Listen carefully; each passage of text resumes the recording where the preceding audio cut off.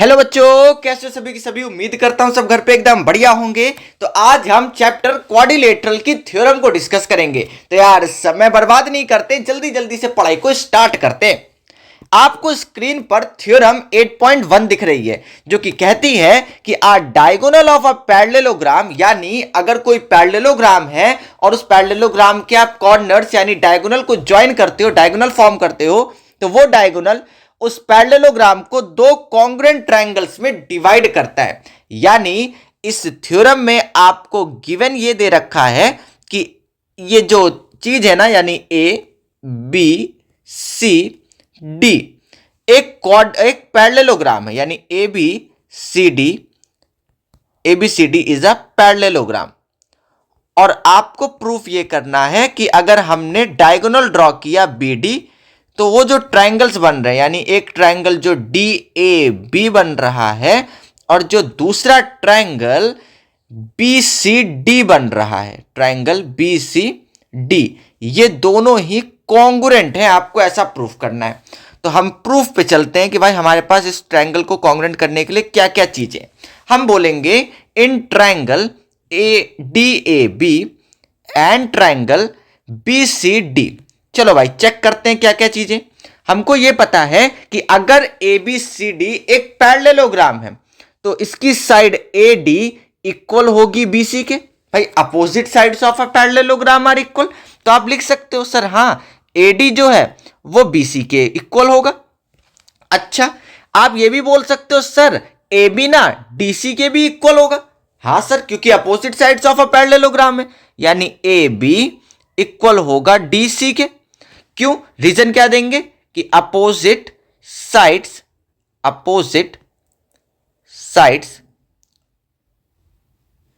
Of a parallelogram, opposite sides of a parallelogram.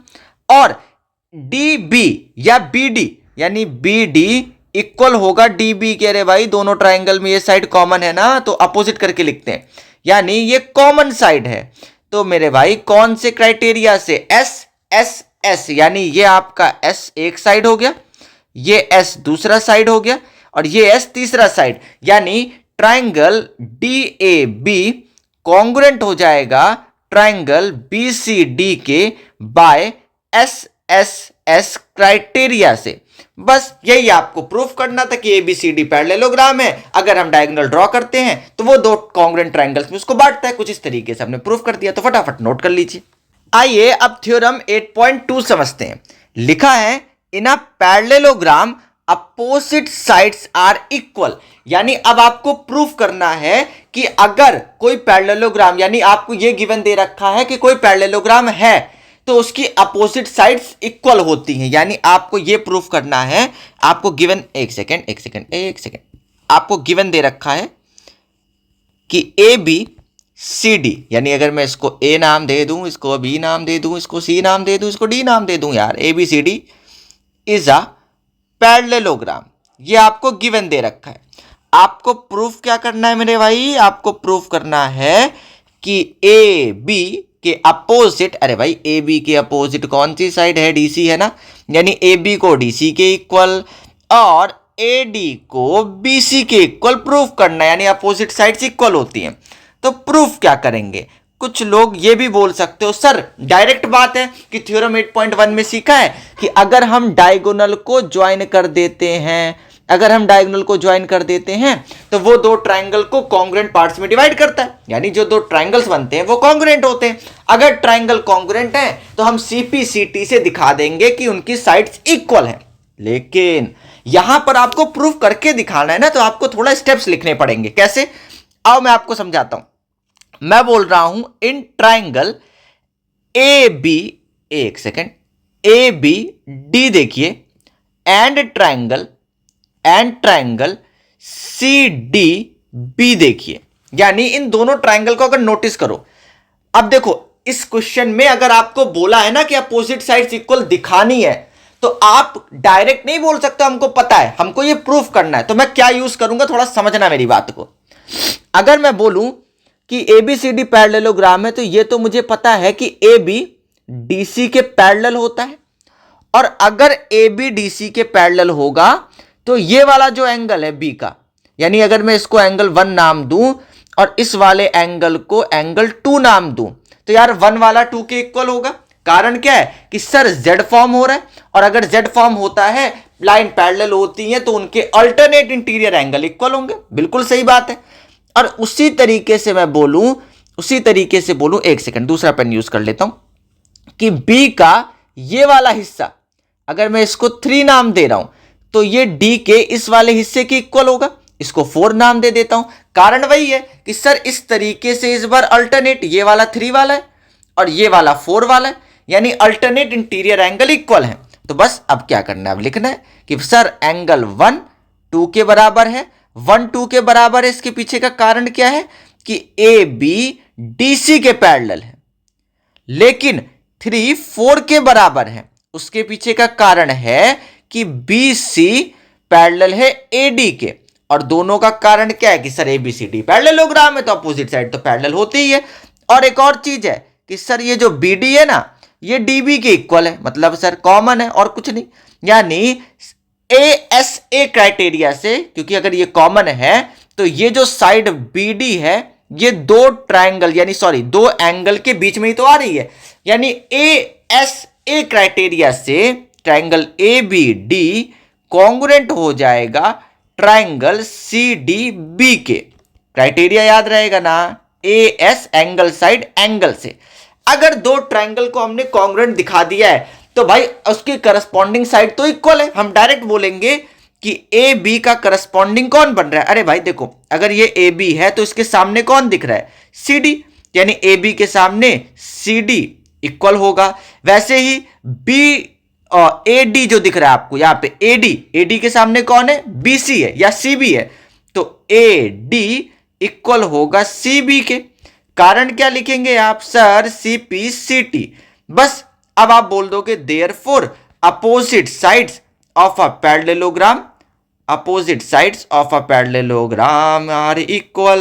यही हमको proof करना था। आप डायरेक्ट थ्योरम का यूज नहीं करेंगे, आप प्रूफ करके दिखाएंगे। इस तरीके से हम प्रूफ कर लेंगे। फटाफट नोट कर लीजिए। अब थ्योरम 8.3 समझते हैं। लिखा है if each pair of opposite sides of a quadrilateral is equal, यानी अगर किसी क्वाड्रिलेटरल का हर पेयर इक्वल है साइड का, तो उस क्वाड्रिलेटरल को हम पैरेललोग्राम कह सकते हैं। अब सुनिए थोड़ा ध्यान से, इस क्वेश्चन में या इस थ्योरम में आपको गिवन दे रखा है कि अपोजिट साइड, यानी अगर मैं एक को ए मान लूं, एक को बी, सी डी मान लेता हूं इस तरीके से, यानी ए बी के अपोजिट सी डी है, और एंड लगा के आप बोलोगे कि बी सी के अपोजिट ए डी है, ये इक्वल है। और अगर ऐसा है तो हम इस क्वाड्रिलेटरल को हमको प्रूफ करना है कि ये एक पैरेललोग्राम है, यानी A B C D is a parallelogram. ये आपको प्रूफ करना है। चलिए आइए प्रूफ पे आते हैं। अगर मैं ऐसा बोल दूं, वही बात कर दूं कि ये डायगोनल को मैंने ज्वाइन कर दिया, देखो यार क्वेश्चन में ना आप बोलोगे सर ये तो सब एक ही जैसा दिख रहा है, हर बार एक ही जैसा है, बस आपको बारी बारी से प्रूफ करना है। कैसे, देखो इस बार आपको गिवन है कि ए बी डी सी के इक्वल है, ए डी बी सी के इक्वल है, लेकिन ये नहीं पता है कि ये पैरेललोग्राम है कि नहीं। आपको ऐसा प्रूफ करना है। तो मेरी बात समझो, अगर अपोजिट साइड इक्वल है ना, अगर अपोजिट साइड इक्वल है तो आप ये बता दो कि इसके अपोजिट एंगल्स भी इक्वल हैं। बात खत्म। अगर आपने ये दिखा दिया कि इसके अपोजिट साइड और अपोजिट एंगल भी इक्वल है तो ये पैरेललोग्राम है। बस इतना ही दिखाना है। यानी हम फिर से वही बात बोलेंगे कि in triangle A B D and triangle, बार बार घुमा फिरा के वही काम करेंगे। ए बी डी लिया है, इसको ले लेते हैं सी डी बी, यानी and triangle C D B. अब इसमें मैं बोल रहा हूं मुझे फिर से वही कॉन्ग्रुएंट करना है, तो ए डी के अपोजिट कौन सी साइड है, बी सी है, यानी ए डी इक्वल है बी सी के। वैसे ही यहां पर मैं बोलूंगा सी डी के अपोजिट कौन सी है, ए बी है, तो सी डी, या इसके सामने लिख लेते हैं, एक सेकेंड इधर लिख लेते हैं, ए बी इक्वल होगा सी डी के। रीजन क्या लिखोगे कि सर हमें गिवन दे रखा है कि ये इनकी अपोजिट साइड्स इक्वल है। अच्छा एक और चीज है कि सर बी डी जो है वो डी बी के इक्वल है, यानी कॉमन साइड है। अच्छा अगर ऐसा है तो सर आप ये कह सकते हो कि ट्राइंगल ए बी डी और ट्राइंगल सी डी बी दोनों ट्राइंगल कॉन्ग्रुएंट है, यानी triangle A B D congruent है ट्राइंगल सी डी बी के। क्राइटेरिया क्या लिखेंगे sir? S S S criteria से ऐसा हो सकता है, यानी ट्रिपल एस से। अब अगर ऐसा है तो मैं ये नहीं बोल सकता हूं यार कि एंगल ए इक्वल होगा एंगल सी के। बिल्कुल सर बोल सकते हैं, एंगल ए सी के इक्वल होगा और अपोजिट साइड इक्वल ही है। आप एक और चीज बता सकते हो, ध्यान से समझना, आप ये भी बोल सकते हो, अगर मैं इसको नाम दे दूं 1, इसको नाम दे दूं 1 और इस वाले एंगल को नाम दे दूं 2, तो यार ये 1 वाला ए बी डी ट्रायंगल में आ रहा है, ये 2 वाला सी डी बी ट्रायंगल में आ रहा है। मैं बोल सकता हूं 1 वाला 2 के भी इक्वल होगा। रीजन क्या लिखोगे? सीपीसीटी यानी corresponding parts of congruent triangles are equal. अगर ऐसा है तो मैं ये बोलूंगा 1 और 2 अल्टरनेट एंगल्स हैं, जो कि ए बी और डीसी की वजह से फॉर्म हो रहे हैं। बात समझ आ रही है? यानी ये अल्टरनेट एंगल्स ए बी और डीसी की वजह से फॉर्म हो रहे हैं, यानी मैं ये कह सकता हूं ए बी डीसी के पैरेलल होगी। यानी अगर मैंने दिखा दिया कि इसके अल्टरनेट एंगल्स इक्वल हैं तो मैं कह सकता हूं ना कि ये साइड्स आपस में पैरेलल होंगी। बस यही चीज मैं बोल रहा हूं।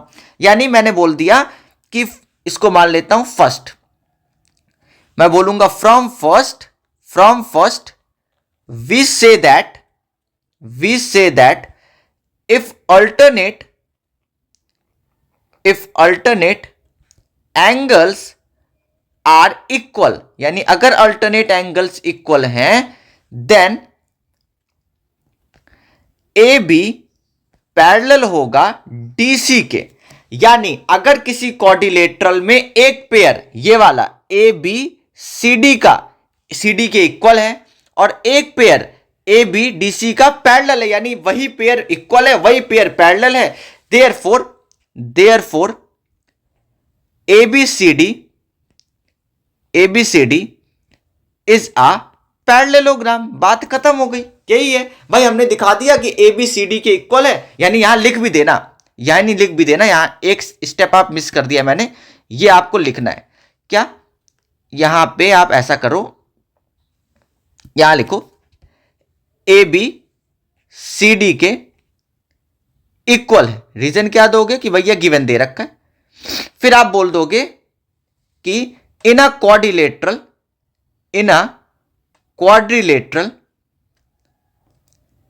If one pair of opposite sides are parallel and equal, यानी वही पेयर पैरेलल होना चाहिए और वही पेयर इक्वल होना चाहिए। अगर ऐसा है then it is said to be यानी उस क्वाड्रिलेटरल को आप कह सकते हो एक पैरेललोग्राम है। ये आपने प्रूफ कर दिया। यानी आप डायरेक्टली बोल दोगे कि A B C D is a parallelogram. बात खत्म, पैसा हजम। फटाफट से भाई नोट कर लीजिए इसको। अब अगली थ्योरम 8.4 समझते हैं। लिखा है कि अगर कोई पैरेललोग्राम है तो उसकी जो अपोजिट एंगल्स होते हैं ना वो इक्वल होते हैं। ये हूबहू थ्योरम 8.2 की तरह है, जो कि ये कहती है कि अगर कोई पैरेललोग्राम है तो उसकी अपोजिट साइड्स इक्वल होती हैं। यानी अगर इस क्वेश्चन में आपको ये प्रूफ करना है कि अपोजिट एंगल्स इक्वल हैं तो आप कौन सा क्राइटेरिया यूज करोगे? Triple S. यानी आप बोल दोगे कि ये वाला ट्रायंगल की अगर मैं बात करूं तो अगर मैं इन दोनों ट्रायंगल को कॉन्ग्रुएंट दिखा देता हूं, यानी ये ट्रायंगल, मैं ध्यान से एक बार देख लेना,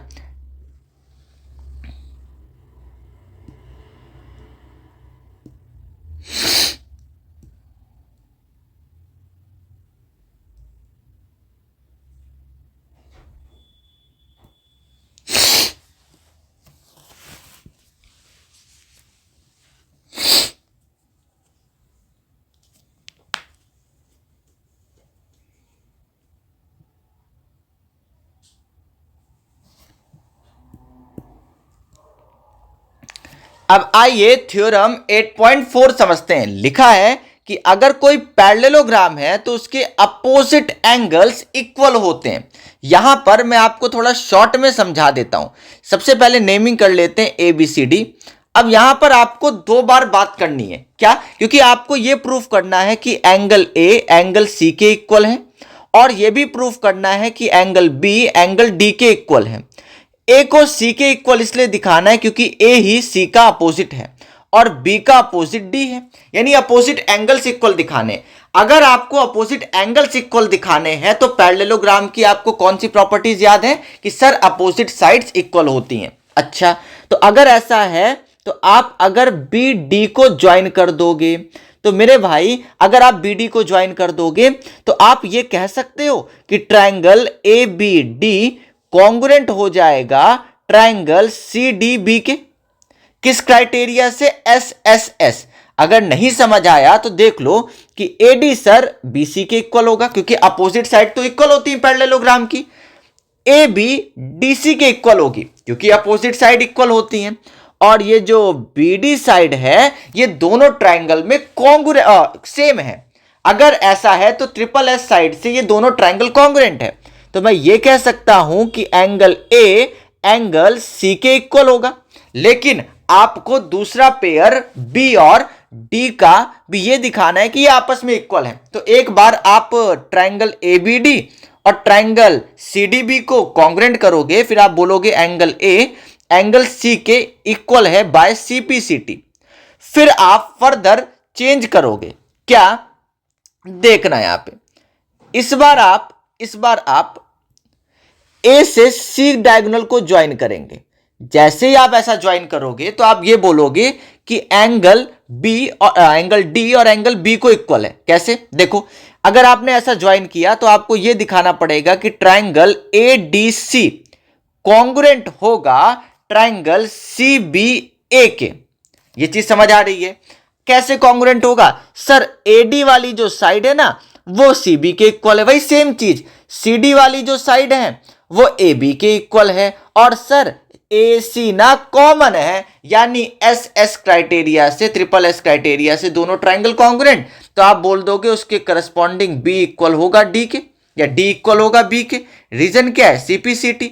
बस जैसे ही आपने ऐसा दिखा दिया तो आप बोल दोगे opposite angles of a parallelogram are equal. यानी एक बार क्या करना है? बीडी ज्वाइन करना है तो दो ट्रायंगल बनेंगे, कॉन्ग्रुएंट हो जाएगा ट्रिपल एस से। फिर एक बार एसी ज्वाइन करना है। कुछ इस तरीके से इस थ्योरम का प्रूफ करेंगे, तो ध्यान में रखना और नोट कर लीजिए। अगली थ्योरम 8.5 पर चलते हैं। लिखा है if in a quadrilateral each pair of opposite angles is equal.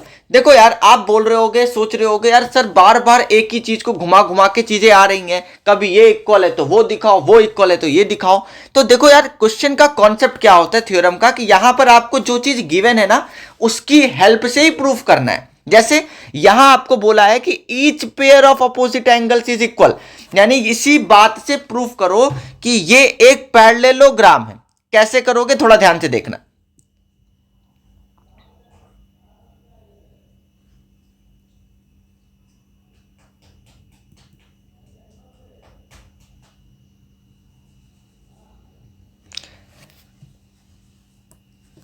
देखो, अगर ये कोई पैरेललोग्राम है जिसका मैं नाम दे रहा हूं ए बी सी डी, तो आपको बोल रखा है, गिवन में ये दे रखा है कि ए जो है वो सी के इक्वल है, यानी एंगल ए एंगल सी के इक्वल है, और एंगल बी एंगल डी के इक्वल है, ऐसा आपको बोल रखा है। एंगल बी, एक सेकेंड निरेश कर लेते हैं इसको। देखो, एंगल बी एंगल डी के इक्वल है। अब आपको प्रूफ करना है कि ये पैरेललोग्राम है। तो कैसे करेंगे? देखो भाई, to proof A B C D is a parallelogram. आ जाते हैं भाई प्रूफ पे। आपको यह पता होगा, आपको यह पता है कि किसी भी क्वाड्रिलेटरल के चारों एंगल, यानी angle A plus angle B plus angle C plus angle D, चारों एंगल का सम सर 360 डिग्री होता है। Sum of all the angles of a quadrilateral is 360 degree. ठीक है सर, बात सही है। तो ए वाला सर सी के इक्वल है, ए वाला सी के इक्वल है, तो मैं angle A plus angle A लिख सकता हूं और angle B plus angle B लिख सकता हूं। थोड़ा हजम नहीं हुआ, चलो मैं ऐसा करता हूं थोड़ा और अच्छे से दिखे आपको। Angle D plus angle D लिख सकता हूं। क्या किया, थोड़ा दिखा देता हूं यार। ए वाला सी के इक्वल है, तो मैंने ए के नीचे तो ए उतार दिया और सी को भी ए की तरह लिख दिया, और बी वाला डी के इक्वल है, तो बी की जगह मैंने डी लिख दिया और डी को एज इट इज उतार दिया। अच्छा सर ठीक है, यानी इक्वल्स टू 360 डिग्री लिख दिया। अब आपको पता है इसको मैं लिख सकता हूं 2 टाइम्स एंगल है, इसको लिख सकता हूं 2 टाइम्स एंगल डी, ये 360 डिग्री के इक्वल होगा। अच्छा अगर मैं 2 कॉमन ले लूंगा, यानी ये हो जाएगा 2, जैसे ही मैं कॉमन लूंगा तो ये 2 बाहर आ जाएगा और यहां 360 डिग्री हो जाएगा, यानी angle A plus angle D का जो सम है वो 180 डिग्री आ गया। अरे सर ये तो कुछ ऐसा ही हो गया क्या? अभी देखो देखो देखो देखो, ये जो ए है और ये जो सी है, ये इनका सम 180 है। ऐसा तो हमने सीखा है ना कि सर अगर 2 लाइन पैरेलल होती हैं तो उनके बीच में जो ट्रांसवर्सल बनता है उनके बीच के एंगल का सम 180 होता है, और इसी प्रॉपर्टी को को इंटीरियर एंगल्स कहते हैं या को इंटीरियर प्रॉपर्टी कहते हैं। अच्छा यानी अगर ऐसी बात है तो ए और डी एंगल किसके वजह से फॉर्म हो रहे हैं? इन लाइनों के वजह से, और यहां पर ये लाइनें ए बी और डी सी हैं। यानी मैं कह सकता हूं कि अगर ऐसा है, यानी इफ द सम ऑफ को इंटीरियर एंगल्स आर 180 डिग्री, यानी को इंटीरियर एंगल्स का सम 180 डिग्री है, देन उनकी बनने वाली साइड्स यानी ए बी डी सी के पैरेलल होगा। अच्छा सिमिलरली मैं ऐसा भी तो कह सकता हूं, यहां लिखूंगा मैं similarly angle B plus angle C, या ये तो वही पेयर बन जाएगा ना। देखो मैंने एक बार क्या दिखा दिया कि ए बी डी सी के पैरेलल है। अब दूसरा कैसे दिखा सकता हूं, मैं ये बोल सकता हूं ना कि ये जो डी वाला एंगल है और ये जो सी वाला एंगल है, इन दोनों का सम भी 180 होगा। भाई ऐसे ही तो दिखा सकते हैं, यानी ये डी और सी किसके वजह से फॉर्म हो रही हैं? डी और सी फॉर्म हो रही हैं ए डी और बी सी के वजह से। यानी मैं बोलूंगा कि अगर angle D plus angle C का सम 180 डिग्री है तो डी और सी किसके वजह से फॉर्म हो रही हैं? ए डी पैरेलल हो जाएगा बी सी के, यानी इसको फर्स्ट मानूंगा, इसको सेकंड मानूंगा। यानी मैं लिख सकता हूं कि फ्रॉम फर्स्ट और सेकंड ये जाके देख लो कि हमने दिखा दिया कि कोई क्वाड्रिलेटरल है जिसका चारों पेयर आपस में पैरेलल है। अगर यानी हर पेयर पैरेलल है, यानी मैं बोल सकता हूं in a quadrilateral if each pair of opposite sides are parallel, then it is said to be a parallelogram। यानी therefore मैं बोल सकता हूं ABCD एक पैरेललोग्राम है। यानी आप इसको बहुत तरीके से कर सकते हो, ट्रायंगल को कॉन्ग्रुएंट करके भी कर सकते हो, लेकिन यहां पे जो चीज गिवन होती है ना उसके रिस्पेक्ट में किया जाता है। तो इस तरीके से इस क्वेश्चन को करेंगे, फटाफट से नोट कर लीजिए। चलिए अब थ्योरम 8.6 पर बात करते हैं। लिखा है the diagonals of a parallelogram bisect each other. लेकिन यानी यहां गिवन क्या है? यहां यह गिवन है कि एक क्वाड्रिलेटरल है जो कि आपको पैरेललोग्राम के फॉर्म में दे रखा है, यानी एक पैरेललोग्राम है ये। लेकिन अगर कोई पैरेललोग्राम है तो उसके जो डायगोनल होते हैं वो आपस में बराबर हिस्सों में, यानी बाइसेक्ट का मतलब क्या होता है? बराबर हिस्सों में बांटते हैं।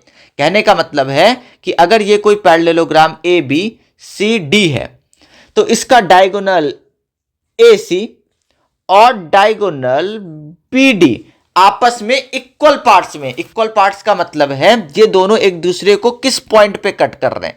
ये जो पॉइंट ऑफ इंटरसेक्शन है इसी की बात कर रहा हूं मैं। इसको अगर ओ मान लूं तो आपसे प्रूफ के लिए बोल रहे हैं, आपको प्रूफ करना है कि AC और BD बाइसेक्ट ईच अदर, मतलब AO OC के बराबर होगा, और आपसे बोल रहे हैं OB OD के बराबर होगा। बाइसेक्ट ईच अदर का मतलब ही वही है ना बेटा। अगर देखो ये वाली लाइन मैंने बनाई, ये लाइन AC है।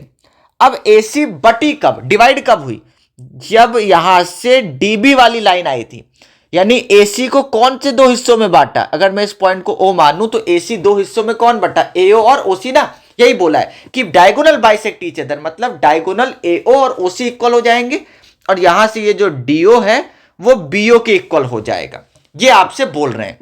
चलिए इसको हटा देते हैं और आगे बढ़ते हैं भाई अपने प्रूफ में।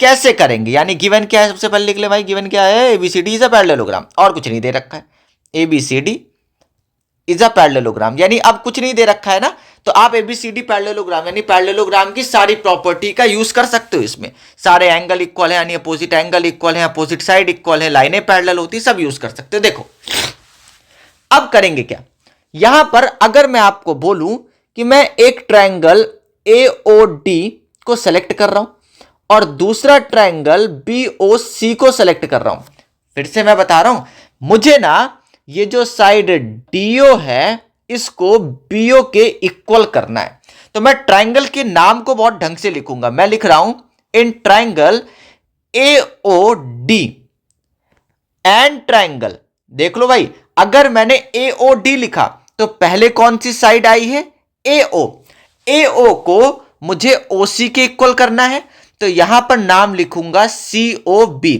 ताकि AO के सामने CO ही आए, OD के सामने BO ही आए, जिसको जिसके इक्वल करना है वैसे नाम आना चाहिए। चलिए अब प्रूफ करवाते हैं। यहां पर अगर आप थोड़ा दिख रहा हो आपको, यार मैं बोल सकता हूं कि ये वाला एंगल, ये जो एंगल A है ना, इसको अगर मैं 1 नाम दे दूं, पहले इसको इरेज कर देता हूं अंदर की चीज को, इसको हटा देते हैं भाई यहां से, इसको 1 नाम दे दूं और इस वाले एंगल को C के इस वाले एंगल को 2 नाम दे दूं और D के इस वाले एंगल को 3 नाम दे दूं और इस वाले एंगल को 4 नाम दे दूं, तो मैं ऐसा बोल सकता हूं कि एंगल 1 एंगल 2 के इक्वल है। आप पूछोगे सर कारण, मैं बताऊंगा कारण भैया Z बन रहा है, देख लो Z में ये जो लाइन है ये DA है और ये जो लाइन है वो CB है, और ये वाला एंगल 1 है और ये वाला एंगल 2 है, और पता है ना कि अगर कोई चीज पैरेललोग्राम है तो उसकी जो अपोजिट साइड AD है और BC पैरेलल होंगी, यानी Z फॉर्म हो रहा है।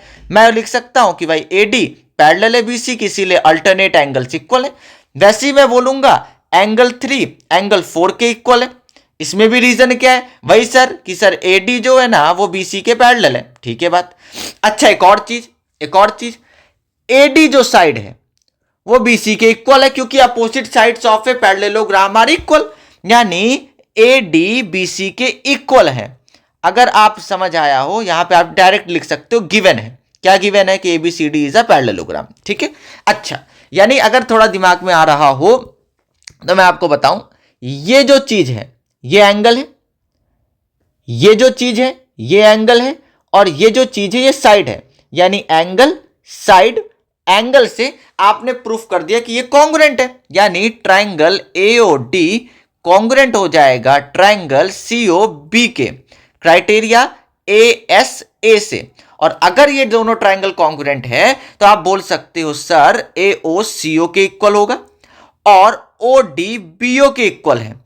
रीजन क्या है, CPCT। अगर ऐसा है तो आप बोल सकते हैं कि diagonals of a parallelogram, diagonals of a parallelogram bisect each other, diagonals of a parallelogram bisect each other. कुछ इस तरीके से आप इस थ्योरम को प्रूव करेंगे, फटाफट से नोट कर लीजिए। आइए अब थ्योरम 8.7 पर बात करते हैं। लिखा है if diagonals of a quadrilateral bisect each other, यानी यहां गिवन क्या दे दिया, यहां गिवन दे दिया है कि अगर ये क्वाड्रिलेटरल है, यहां कोई पैरेललोग्राम नहीं दे रखा है आपको, तो इसके जो डायगोनल्स हैं यानी AC और BD, जो प्रीवियस वाला था ना वैसे ही है, इस बार आपको गिवन दे दिया कि AO CO के इक्वल है, यानी डायगोनल इक्वली बाइसेक्ट कर रहे हैं, और OB OD के इक्वल है, और प्रूफ करो, और प्रूफ करने के लिए बोल दिया कि ये जो क्वाड्रिलेटरल है ना ये पैरेललोग्राम है, क्योंकि अगर इसको क्वाड्रिलेटरल नाम दे दिया है तो आप पैरेललोग्राम की एक भी प्रॉपर्टी का यूज नहीं कर सकते हो, जैसे अपोजिट साइड इक्वल है, जैसे अपोजिट एंगल इक्वल है, आप और लाइनें पैरेलल भी नहीं है, ये भी बता दूं लाइनें पैरेलल भी नहीं है। आपको कुछ भी गिवन नहीं है, आपको सिर्फ इतना गिवन है कि एक क्वाड्रिलेटरल है, इसके डायगोनल बाइसेक्ट करते हैं, यानी एओ सीओ के और बीओ डीओ के इक्वल है। आइए प्रूफ करते हैं। मैं ट्राइंगल वाइज सिलेक्ट करूंगा, क्या, ये वाला एओ डी और बीओ सी, यानी मैं लिखूंगा in triangle AO D and triangle CO B. ठीक है, करस्पॉन्डिंग ट्राइंगल लिखते हैं ना ढंग से। चलो अच्छा, अगर मेरे को ऐसा बोला है, मुझे तो ये गिवन ही दे रखा है सर एओ जो है ना वो सीओ के इक्वल है। देखो भाई एओ इसका पार्ट है, सीओ इसका पार्ट है। अच्छा ये भी सर गिवन है कि ओडी जो है वो बीओ के इक्वल है। हाँ, ओडी जो है वो ओबी या बीओ के इक्वल है। रीजन क्या जान लोगे भैया, गिवन ही दे रखा है, इसमें रीजन क्या है, ये गिवन है। आगे देखो, अगर मैं आपको एक और चीज दिखाऊं तो ये देखो, ये वाला जो एंगल ओ है वो इस वाले एंगल ओ के इक्वल होगा। यानी अगर मैं इसको 1 नाम दे दूं और इसको 2 नाम दे दूं तो 1 वाला 2 के इक्वल है। रीजन आपको पता है कि सर वर्टिकली अपोजिट एंगल है, इसके लिए तो कोई क्वाड्रिलेटरल पैरेललोग्राम रेक्टेंगल होने की जरूरत ही नहीं, यानी vertically opposite angle VOA vertically opposite angle है। यानी मैं ये कह सकता हूं मैंने इस साइड का यूज किया, मैंने इस साइड का यूज किया और मैंने इस एंगल का यूज किया। यहां देखो ना, यहां इस एंगल का यूज किया, यानी ट्राइंगल AOD कॉन्ग्रुएंट हो जाएगा ट्राइंगल COB के क्राइटेरिया आप बोलोगे साइड एंगल साइड से। और अगर ऐसा है तो मैं बोलूंगा कि AD इक्वल होगा BC के। ठीक है, क्योंकि अपोजिट साइड है। एक और बात मैं बोलूंगा, क्या, एक और बात क्या, कि ये वाला जो एंगल है, ये वाला जो एंगल A है, अगर मैं इसको 1 नाम दे दूं और ये वाला जो एंगल C है इसको 2 नाम दे दूं तो एंगल 1 एंगल 2 के इक्वल होगा, क्योंकि अल्टरनेट है, ऐसा नहीं है, ऐसा नहीं है, ये ट्राइंगल कॉन्ग्रुएंट है, इसलिए इसके पार्ट्स इक्वल होंगे। भाई A के सामने C वाला ही तो आ रहा है, A के सामने C आ रहा है, इसलिए दोनों इक्वल होंगे। यहां रीजन क्या डालोगे, CPCT। लेकिन मैंने ऐसा क्यों किया, क्योंकि मैंने आपको पढ़ाया है कि अगर एक क्वाड्रिलेटरल है उसका एक पेयर इक्वल है और वही सेम पेयर पैरेलल है तो आप उसको पैरेललोग्राम कह सकते हो। यानी ये वाला पेयर इक्वल है ADBC के, और अगर एंगल 1 2 के बराबर है तो मैं बोल सकता हूं, इसको मान लूंगा फर्स्ट, मैं बोल सकता हूं from first alternate angles are equal, alternate angles are equal। यानी अगर अल्टरनेट एंगल्स इक्वल हैं तो AD जिसके वजह से वो अल्टरनेट एंगल बन रहा है और BC आपस में पैरेलल होंगी। इसको मान लूंगा इक्वेशन 2, तो मैं अब लिख सकता हूं कि फ्रॉम फर्स्ट एंड सेकेंड, कि मैंने एक पेयर को इक्वल दिखा दिया और उसी सेम पेयर को पैरेलल भी दिखा दिया। अगर ऐसा है तो देयरफॉर मैं ये कह सकता हूं कि ये क्वाड्रिलेटरल ABCD एक पैरेललोग्राम होगा। कुछ इस तरीके से हम इस क्वेश्चन को प्रूफ करेंगे, फटाफट से नोट कर लीजिए। अब आइए 8.8 थ्योरम पे बात करते हैं। मोस्ट इंपॉर्टेंट थ्योरम है जिसको आप मिड पॉइंट थ्योरम भी कहते हो। अब ये थ्योरम कहती क्या है, थोड़ा डिटेल में आराम से बात करते हैं। लिखा है, अच्छा हाँ, ये तो थ्योरम ही इनकम्प्लीट लिख रखी है भाई, इन्होंने थ्योरम ही इनकम्प्लीट लिख रखी है। यहां पे होगा and equal to half of its length, and equal to half of its length। आगे देखते हैं, लिखा है यार the line segment joining the mid points of 2 sides of a triangle. यानी जो लाइन सेगमेंट, क्या बात बोल रहे हैं मैं थोड़ा दिखा के आपको बताता हूं। बोला है कि अगर कोई ट्राइंगल ABC है और इस ट्राइंगल की एक साइड पर एक मिड पॉइंट है, सपोज ये मिड पॉइंट E है, और एक दूसरी साइड पर AC पर दूसरा मिड पॉइंट है F। अगर आप इन दोनों मिड पॉइंट्स को ज्वाइन करोगे तो ये जो लाइन सेगमेंट फॉर्म हो रही है, इस लाइन सेगमेंट का नाम क्या है, EF। ये लाइन सेगमेंट ट्राइंगल की थर्ड साइड BC के पैरेलल होगी और EF की जो लेंथ है वो आधी होगी BC के। यानी आपको इधर प्रूफ ये करना है, आपको प्रूफ करना है कि पहला पार्ट ये प्रूफ करना है कि एक सेकेंड, EF पैरेलल है BC के और दूसरा ये प्रूफ करना है कि EF की जो लंबाई है, जो लेंथ है, वो आधी होती है BC के। और गिवन क्या है, क्योंकि इसमें आप गिवन और प्रूफ में ही भूल जाते हो। गिवन ये दे रखा है सिंपल कि E और F मिड पॉइंट्स है, E and F are mid points on AB and AC, AB and AC ये आपको दे रखा है। यानी आपको गिवन क्या होता है मिड पॉइंट थ्योरम में कि ट्रायंगल की दो साइड पर मिड पॉइंट है, और प्रूफ क्या करना होता है कि EF BC के पैरेलल होगा, यानी और EF आधा होगा BC के। अब आइए समझते हैं कि कैसे प्रूफ करेंगे। इस क्वेश्चन में हम कंस्ट्रक्शन भी करते हैं।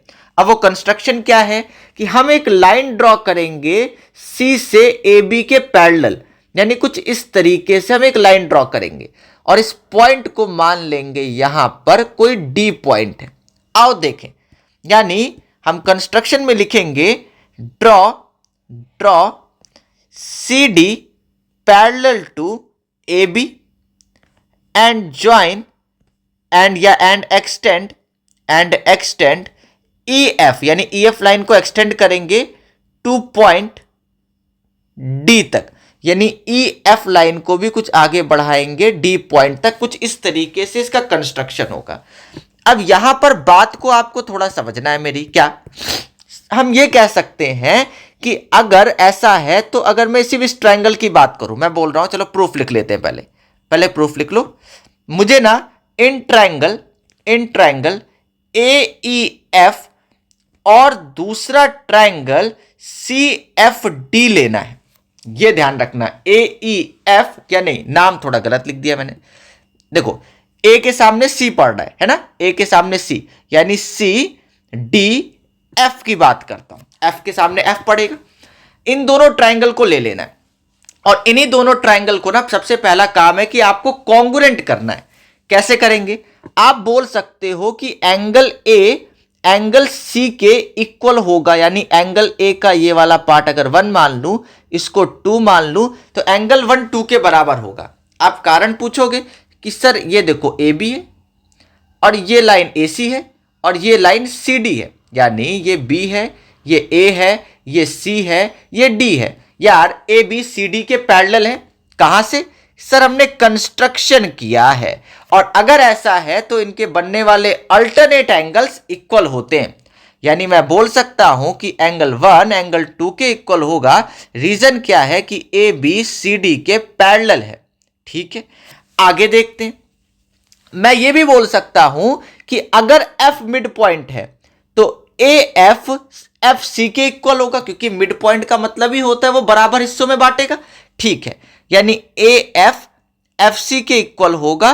रीजन आप दे देंगे कि भाई F एक मिड पॉइंट है। ठीक है सर, इतनी भी हमने बात कर ली। आगे देखते हैं। मैं ये भी बोल सकता हूं कि ये जो साइड है, ये जो एंगल है F वाला, वो इस F वाले एंगल, यानी इसको अगर मैं 3 मान लूं, इसको अगर मैं 4 मान लूं, तो ये भी इक्वल है, यानी एंगल 3 एंगल 4 के इक्वल है। रीजन क्या दोगे? सर वर्टिकली अपोजिट एंगल है। तो अगर मैं बोलूं एक एंगल आपने इक्वल दिखा दिया, एक साइड आपने इक्वल दिखा दी, और एक एंगल इक्वल दिखा दिया, यानी ट्रायंगल AEF कॉन्ग्रुएंट होगा ट्रायंगल CDF के। क्राइटेरिया आप बोलोगे सर बाय ASA क्राइटेरिया से ऐसा हो गया, लेकिन कॉन्ग्रुएंट दिखाया क्यों? कॉन्ग्रुएंट दिखाने का कारण है, मैं ये बोलूंगा कि AE जो कि AEF ट्रायंगल में आ रहा है, और CD जो कि CDF ट्रायंगल में आ रहा है, ये इक्वल है। यानी AE CD के इक्वल करना है, और बोलूंगा भाई CPCT से मैंने ऐसे कर दिया। अब आगे बताता हूं कि हमको प्रूफ के लिए क्या चाहिए और क्या करना है। अगर मैं थोड़ी सी आपको बात समझाऊं अपनी, अगर E मिड पॉइंट है, इसको पहले फर्स्ट मान लेते हैं। ठीक है, if E is mid point, क्योंकि ऐसा दे रखा है, अगर E मिड पॉइंट है तो मैं ऐसा नहीं बोल सकता हूं यार कि AE EB के इक्वल होगा। बिल्कुल बोल सकते हो सर, क्योंकि E मिड पॉइंट है तो वो दो बराबर हिस्सों में बांटेगा। तो आपको कुछ समझ आ गया क्या? हाँ सर समझ आ गया, क्योंकि फर्स्ट इक्वेशन में देखो AE CD के इक्वल है, और सेकेंड इक्वेशन में ए ई ही ई बी के इक्वल है, तो हम बोल सकते हैं सर कि from first and second, first और सेकेंड के अकॉर्डिंग ई बी जो है वो सी डी के इक्वल होगा। बिल्कुल सर ऐसा कह सकते हैं। फिर मैं आपको बोलूं कि इसको अगर आप इक्वेशन 3 की जगह, हाँ एक फर्स्ट सेकंड मानी ना, इसको 3 मान लो। आप ये भी बोल सकते हो कि सर ई बी ना सी डी के पैरेलल होगा। ये थोड़ा हजम नहीं हुआ होगा, बात समझो। आपने कंस्ट्रक्शन में दिखाया है कि ए बी डी सी के पैरेलल है। तो यार अगर ये पूरा साइड ए बी छोटी साइड डी सी के पैरेलल होगा तो इसका छोटा हिस्सा भी तो पैरेलल होगा। भाई पैरेलल का मतलब क्या है? पैरेलल का तो मतलब होता है वो दोनों लाइनें आपस में मीट नहीं करेंगी। यानी ये जो पॉइंट ई है ये भी ई बी भी तो डीसी के पैरेलल होगा। यही बात मैं बोल रहा हूं। यानी अगर बड़ी साइड्स पैरेलल होती है तो उसके हर पार्ट्स आपस में पैरेलल होते हैं, ये ध्यान रखना है। इसको मैं इक्वेशन 4 मान लूं और अभी जितनी भी थ्योरम प्रूफ कराई उसमें ही तो बात आ गई कि अगर एक क्वाड्रिलेटरल है, उस क्वाड्रिलेटरल का नाम क्या है? उस क्वाड्रिलेटरल का नाम है ई बी सी डी। यानी ई बी सी डी अगर क्वाड्रिलेटरल देखूं तो उसका एक pair A B D C parallel है और वही pair A B D C equal है। तो therefore E B C D is a parallelogram. और अगर भाई ये पैरेललोग्राम है तो आप ऐसा नहीं कह सकते हो कि ई डी बी सी के पैरेलल होगा। और सर अगर ऐसा मैं कह सकता हूं कि ई डी बी सी के पैरेलल होगा तो ई डी का छोटा हिस्सा ई एफ भी बी सी के पैरेलल होगा। और यही तो दिखाना है, यहां देखो ई एफ को बी सी के पैरेलल दिखाना है। यह ध्यान रखना, अगर बड़े साइड्स पैरेलल है तो उसके छोटे पार्ट्स ही पैरेलल होंगे। ठीक है, इतना तो हमने दिखा दिया, लेकिन सर हाफ कैसे दिखाओगे? थोड़ा बात समझो। मैं ऐसा बोल सकता हूं कि ई डी इक्वल भी होगा बी सी के। हाँ सर, क्योंकि opposite sides of a parallelogram are equal. आप इसमें रीजन लिख सकते हो। इसको मान लो इक्वेशन 5, इसको मान लो, तो यहां रीजन लिख देना कि भैया फिफ्थ में जाके देख लो, हमने पैरेललोग्राम दिखा रखा है। यहां पे भी डाल दो फ्रॉम फिफ्थ कि फिफ्थ में जाके देखो भाई E B C D is a parallelogram. अच्छा, ईडी को मैं चेंज करके हाँ ये चीज गड़बड़ हो गई। ये चीज आपको एक और चीज करनी थी। जब आपने कॉन्ग्रुएंट दिखाया तो आपको सीपीसीटी से ये भी बोलना है कि ई एफ यानी ई एफ इक्वल हो जाएगा एफ डी के। अरे भाई इसमें कोई दिक्कत थोड़ी है। इस ट्रायंगल में ई एफ आ रहा है और इस ट्रायंगल में डी एफ आ रहा है, दोनों करस्पॉन्डिंग है यानी सामने सामने पड़ रहे हैं, तो ये भी इक्वल होंगे। रीजन क्या जाएगा भाई? सीपीसीटी। इसको इक्वेशन एक्स मान लो अगर भूल गए हो तो अब क्या करना है? ईडी अगर बीसी के बराबर है तो मैं ईडी को ब्रेक करके E F plus D F लिख सकता हूं, क्योंकि ईडी साइड ई एफ और डी एफ से मिलकर ही तो बनी है और ये इक्वल होगा बीसी के। और अगर मैंने ऐसा करा तो मैं इसको ऐसे भी तो लिख सकता हूं 2 टाइम्स ई एफ। क्यों भाई? क्योंकि ई एफ डी एफ के इक्वल है, ई एफ डी एफ के इक्वल है। ये कहां पे दिखाया? आप बोल दोगे भाई जाके देखो फ्रॉम एक्स में, ऐसा है तो 2 टाइम्स ई एफ हो जाएगा और ई एफ फिर हाफ हो जाएगा यहां डिवाइड में आकर बीसी के साथ। यानी हमने ई एफ को बीसी के पैरेलल भी दिखा दिया, ई एफ को हमने हाफ भी दिखा दिया बीसी के। यानी हम लास्ट में बोल देंगे देयरफॉर ई एफ पैरेलल भी है बीसी के और ई एफ हाफ भी है बीसी के। और यही तो हमें प्रूफ करना था। कुछ इस तरीके से हम मिड पॉइंट थ्योरम का प्रूफ करते हैं। तो ये ध्यान रखना कि ए को आपको एक बार सी डी के इक्वल दिखाना था और ई एफ को एक बार एफ टी के इक्वल दिखाना था। कुछ इस तरीके से इसका प्रूफ करेंगे, जल्दी जल्दी नोट कर लीजिए। अब आइए लास्ट थ्योरम 8.9 को समझते हैं। लिखा है the line drawn through the mid point of one side of a triangle. यानी ये कह रहा है कि अगर कोई ट्रायंगल एबीसी है, यहां पर अगर एक साइड पर कोई मिड पॉइंट है, अब इस मिड पॉइंट को मैं ई नाम दे रहा हूं, यानी the line drawn through the mid point. अब इस ई मिड पॉइंट से अगर मैं कोई लाइन ड्रॉ करता हूं और ये लाइन कुछ इस तरीके से ड्रॉ करनी है कि ये लाइन बीसी के पैरेलल जानी चाहिए, तो जहां कहीं भी ई से ड्रॉ करने वाली लाइन कट करेगी एसी को, वो पॉइंट भी मिड पॉइंट होगा। यानी इसमें गिवन क्या है? इस क्वेश्चन में या इस थ्योरम में गिवन दे रखा है कि ई एक मिड पॉइंट है, ठीक है, ये पहली बात दे रखा है। और ई से जो आप लाइन ड्रॉ कर रहे हो, ई से कौन सी लाइन ड्रॉ हो रही है, ई एफ, वो पैरेलल भी है बीसी के, ये भी ध्यान रखना। और प्रूफ करना है कि अगर हम ई से लाइन ड्रॉ कर रहे हैं बीसी की तरफ, तो जो पॉइंट एफ कट कर रहा है एसी को, वो एफ मिड पॉइंट होता है। यानी इस थ्योरम में आपको ई मिड पॉइंट दे रखा है और वो पैरेलल साइड भी गिवन है, और प्रूफ करना है कि अगर ई से लाइन ड्रॉ की तो एफ भी मिड पॉइंट होगा। ये आपको समझ आना चाहिए। अब आओ, कंस्ट्रक्शन ना पुराने वाली थ्योरम की तरह ही होगा। क्या कि draw C D parallel to A B and extend EF to D। यानी कुछ इस तरीके से हमें लाइन को पैरेलल ड्रॉ करना पड़ेगा और इस पॉइंट को D को EF से ज्वाइन करना है। अब देखो क्वेश्चन में गिवन क्या है इसमें कि भाई AB DC क्या, मतलब हमने कंस्ट्रक्शन क्या किया कि AB DC के पैरेलल है। गिवन है कि E मिड पॉइंट है और EF BC के पैरेलल है। अच्छा, अब थोड़ा सा ना उल्टा प्रोसेस करेंगे, थोड़ा देखना कैसे। प्रूफ की अगर मैं बात करूं, मैंने कंस्ट्रक्शन ये किया है कि ए बी डीसी के पैरेलल है, तो मैं बोल सकता हूं ना कि ई बी भी डीसी के पैरेलल होगा, क्योंकि छोटे पार्ट्स पैरेलल होते हैं। यानी मैं रीजन क्या लिखूंगा कि भाई ए बी डीसी के पैरेलल है, तो उसका छोटा पार्ट ए बी का ई बी भी पैरेलल होगा। अच्छा, अगर ई एफ पैरेलल दे रखा है, यानी अगर मैं डायरेक्ट लिख दूं, बहुत स्टेप्स ना इंक्रीज करूं, मैं डायरेक्ट नहीं बोल सकता हूं यार, ई डी पैरेलल होगा बीसी के। कारण क्या है सर? कारण है कि ई एफ पैरेलल है बीसी के, ऐसा गिवन दे रखा है। तो अगर ये दो लाइनें पैरेलल हैं, यानी अगर ई एफ पैरेलल है बीसी के, ये ई एफ पैरेलल है बीसी के, तो अगर मैं ई एफ को थोड़ा एक्सटेंड करके ई डी पॉइंट तक ले जाऊंगा, तो यार ईडी भी तो पैरेलल होगा बीसी के, मीट तो अभी भी नहीं करेगा। यही तो मैं बात बोल रहा हूं। यानी अगर मैंने ऐसा दिखा दिया, तो मैं यार ये नहीं बोल सकता हूं कि ये जो क्वाड्रिलेटरल फॉर्म हो रहा है, ये जो क्वाड्रिलेटरल फॉर्म हो रहा है E B C D, E B C D, ये एक पैरेललोग्राम है। क्यों? क्योंकि अगर एक पेयर यानी हर पेयर पैरेलल है तो भी तो पैरेललोग्राम होता है। यानी मुझे पता है in a quadrilateral if each pair are, या if each pair of sides are parallel, then it is said to be a parallelogram। बात खत्म हो गई भाई।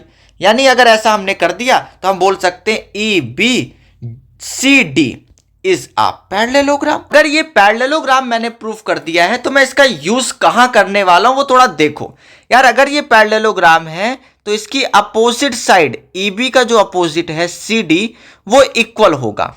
कारण क्या है? इसको फर्स्ट मान लो, बोल दो भैया फ्रॉम फर्स्ट में जाके देखो, हमने पैरेललोग्राम प्रूफ कर लिया है और पैरेललोग्राम की अपोजिट साइड इक्वल होती है, यानी EBCD के इक्वल होगा। अच्छा, मैं ये बोल सकता हूं कि एक सेकेंड